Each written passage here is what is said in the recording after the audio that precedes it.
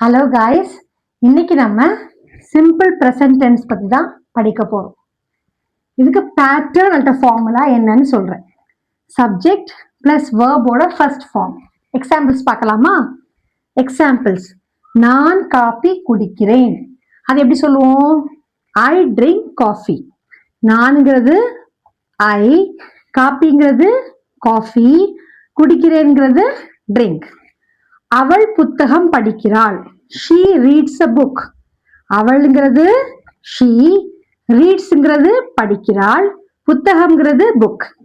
அவன் வேலை செய்கிறான். He works. அவன்கிறது ஹீ, வேலை செய்கிறான்ங்கிறது ஒர்க்ஸ். இப்போ உங்களோட ஹோம்ஒர்க். அவர்கள் பேசுகிறார்கள்.